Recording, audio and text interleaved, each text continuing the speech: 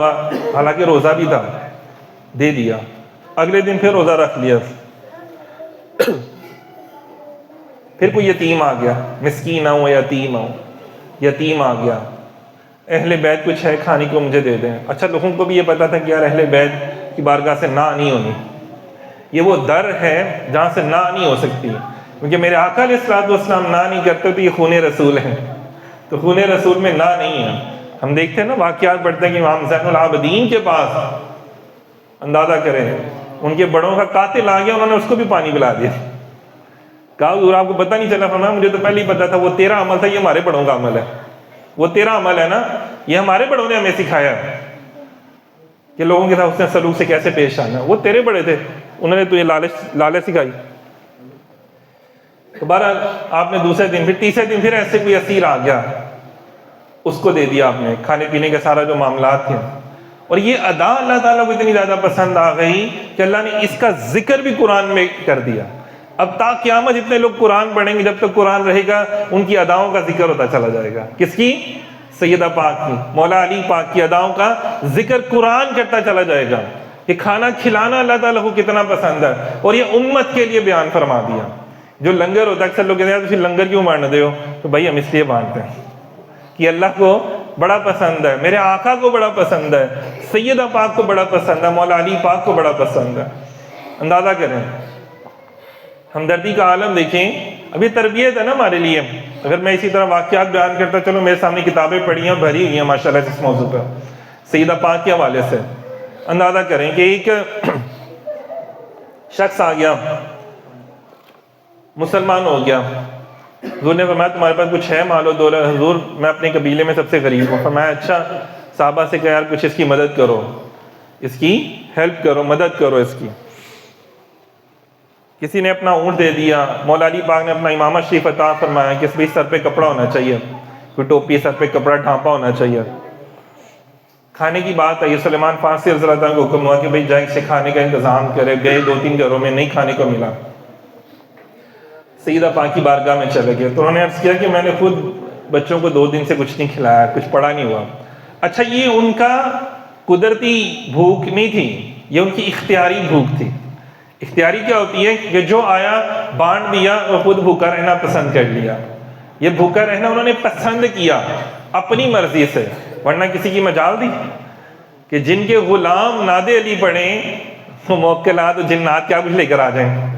جن کے غلام سیدہ پاک کی شان پڑھیں تو وہ اندازہ کریں ان کو کیا کیا کچھ مل جائے. تو کیا ان کا مقام نہیں تھا؟ انہوں نے دنیا کو پسند ہی نہیں کیا. اور بڑے افسوس کی بات ہے کہ آج بڑے بڑے عاملین، بڑے بڑے لوگ جو ہیں وہ ان کے نام لے کے چیزیں، دنیا کی دولت مانگ رہے ہیں، دنیاوی دولتیں، دنیاوی اندازہ کریں لگژری لائف سٹائل مانگ رہے ہیں کہ جن کا لائف سٹائل یہ ہے کہ جو آیا بانٹ دیا، اپنے لیے کچھ رکھا ہی نہیں.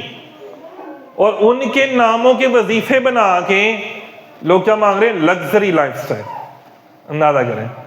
لیکن ان لوگوں نے اپنے لیے لگژری لائف سٹائل گاڑیاں نہیں مانگی، آگے پیچھے نوکر چاکر گارڈز نہیں مانگے. گارڈز تھے کبھی ان کے پاس؟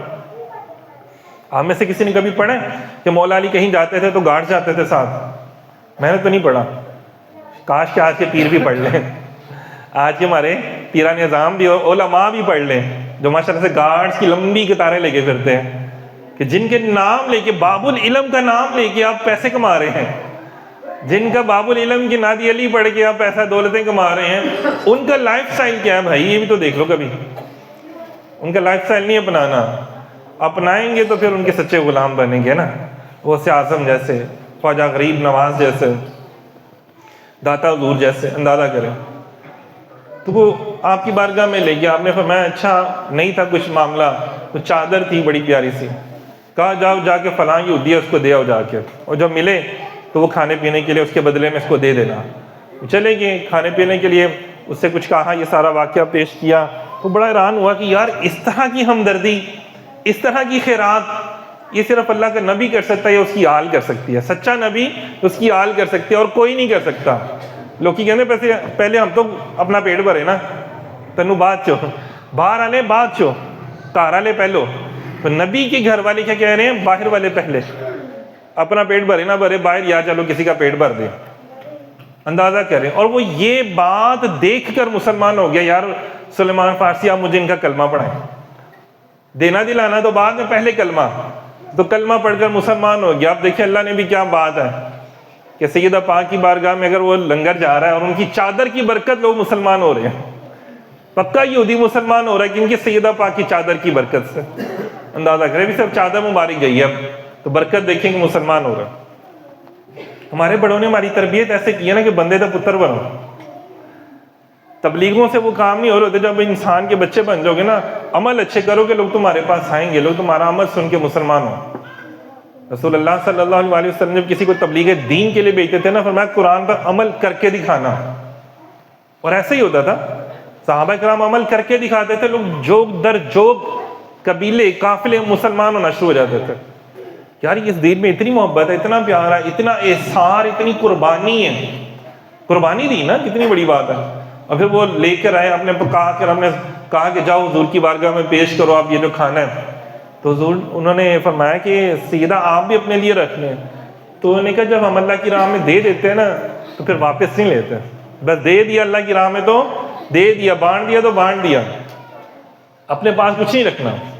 یہ وہ لوگ ہیں جو آج بھی بانٹتے چلے جا رہے ہیں, جن کے وسیلے سے, اب یہ پچھلے دنوں ہم نے کچھ جمعراتیں ہوئی ہیں وسیلے کے موضوع پر گفتگو کی ہے, تو جن کے وسیلے سے اللہ تعالیٰ عطا کر رہا ہے. اندازہ کریں کہ مریم علیہ السلام کے حجرے میں زکریا علیہ السلام کھڑے ہو کے دعا کر رہے ہیں, اللہ تعالیٰ بے موسمی پھل عطا کر رہے ہیں, بڑھاپے میں 90-100 سال کی عمر میں اللہ تعالیٰ بیٹا عطا کر رہے ہیں. تو اندازہ کریں جو سیدہ پاک کا وسیلہ مانگیں گے تو کیا کچھ نہیں عطا ہو جائے گا. سیدہ پاک مریم علیہ السلام ایک نسبت ہے کہ یار نبی کی ماں ہے, یہاں پہ نسبت ہے نبی کی بیٹی ہیں, بلکہ یہاں تک انہوں نے فرمایا میرے جسم کا ٹکڑا ہے, میرے جسم کا حصہ ہے. اندازہ کریں, ایسی بھی روایات آتی ہیں. اور پھر امام الاولیاء کی بیوی ہے, سید الشہداء کی ماں ہے. اندازہ کریں, اما خدیجہ الکبریٰ, قرآن میں جن کا ذکر آ رہا ہے نا, ازواجہ امہات, امت کی ماں, ان کی بیٹی ہیں, اور خود سردار ہیں, سیدۃ النساء العالمین ہے, اور سیدۃ النساء الجنہ بھی ہے. مطلب دیکھیں کتنی بڑی بات ہے, عالمین کی عورتوں کی بھی سردار اور جنت کی عورتوں کی بھی سردار ہے, اور ان کا عالم یہ ہے. لیکن کیا ہے کہ کوئی غرور نہیں, کوئی تکبر نہیں, کوئی معاملات نہیں. ورنہ یہاں پہ تو کیا ہوتا ہے نا کہ ہمارے پاس ذرا سا ہے تو ہم اپنی دولت دکھانا شروع کر دیتے ہیں.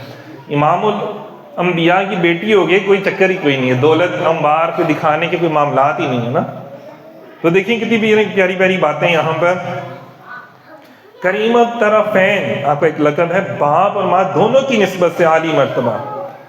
اللہ تعالیٰ اپنے انبیاء کے لیے جو بیویاں یا بیوی چنتے ہیں نا, تو وہ بھی کوئی معمولی ہستی نہیں ہوتی. تو سید عامہ خدیجہ الکبریٰ رضی اللہ تعالیٰ عنہ کی شان بہت بلند ہے. آپ اپنے دور میں بھی سب سے نیک اور پارسا خاتون